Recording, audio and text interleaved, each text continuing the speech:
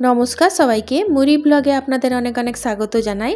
আজকে আমি আরেকটা নতুন রেসিপি নিয়ে এসেছি। আজ আমি বানাবো কচু আর বরবটি দিয়ে একটা রেসিপি।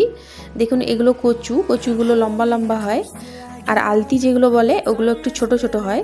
নিয়ে নিচ্ছি কচু, বরবটি, পেঁয়াজ কুচি, টমেটো কুচি। কচুগুলো সিদ্ধ খুব সুন্দর হয়।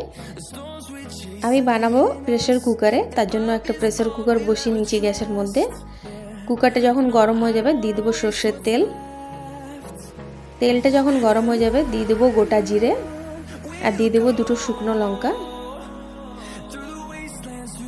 দিয়ে লাল লাল করে নেব। তারপরে দিয়ে দেবো এর মধ্যে পেঁয়াজ কুচি। একটা পেঁয়াজ আমি কুচি করে নিয়েছি। পেঁয়াজটাকে দিয়ে লাল লাল করে ভেজে নেব।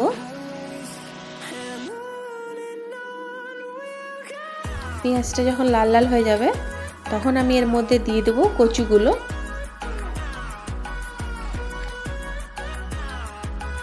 দিয়ে এর মধ্যে কচুগুলোকেও আমি একটুখানি ভেজে নেব,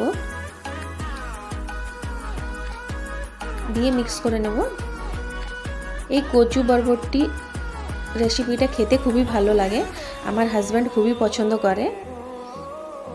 দিয়ে দিলাম বরবটিগুলো, কচু আর বরবটি একসাথে ভেজে নেব।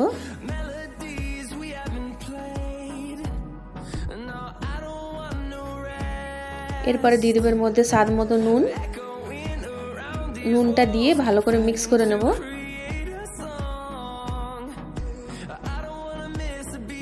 কচু আর বরবটি ভাজা হয়ে গেছে দেখুন। এরপরের মধ্যে দিয়ে দেবো আমি আদা রসুনের পেস্ট 2 চামচ, দিয়ে দেবো হলুদ গুঁড়ো, জিরে গুঁড়ো, ধনে গুঁড়ো, লাল লঙ্কার গুঁড়ো আর দিয়ে দেবো কাশ্মীরি লাল লঙ্কার গুঁড়ো। সব দিয়ে ভালো করে মিক্স করে নেব। সব একসাথে ভালো করে কষে নেব।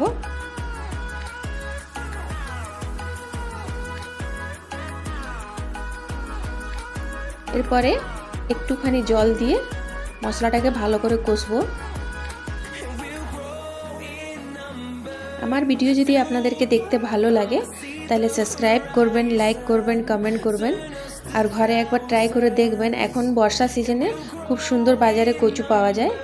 দিয়ে দিলাম গরম মশলার গুঁড়ো 1/2 চামচ, দিয়ে ভালো করে 2-4 মিনিটের মতন কষে নেব। খুব সুন্দর করে কষে নিয়েছি দেখুন, খুব সুন্দর রং হয়েছে দেখুন। এরপরে দিয়ে দেবো আমি এর মধ্যে 1 কাপের মতন জল, বেশি জল দেব না। 1 কাপের মতন জল দিয়ে এটাকে ভালো করে মিক্স করে নেব। তারপরে এর মধ্যে দিয়ে দেবো আমি টমেটোটা দিয়ে ভালো করে মিক্স করে প্রেসার কুকারে ঢাকনাটা লাগিয়ে দেব। ঢাকনাটা লাগিয়ে আমি মিডিয়াম আঁচে 2 সিটি লাগাবো, তাহলেই কচু সিদ্ধ হয়ে যাবে খুব সুন্দর করে। দেখুন 2 সিটি হয়ে গেছে, ভাপটাও বার হয়ে গেছে। এরপরে আমি খুলে দেখাবো আপনাদেরকে। খুব সুন্দর গন্ধ বার হয়েছে, একবার ঘরে বানিয়ে দেখবেন। রংটাও খুব সুন্দর হয়েছে দেখুন। এরপরে আমি আপনাদেরকে একটা পাত্রতে তুলে দেখাবো। আমি যেমন করে বানালাম এমনি করে বানিয়ে দেখবেন, খেতে খুবই ভালো লাগে। গরম ভাতের সাথেও খুব ভালো লাগবে খেতে। ভিডিওটা তাহলে এখানেই শেষ করছি। সবাই ভালো থাকবেন, সুস্থ থাকবেন, সাবধানে থাকবেন। দেখা হবে পরের একটা ভিডিওতে। আমার ভিডিও দেখার জন্য আপনাদেরকে অনেক অনেক ধন্যবাদ।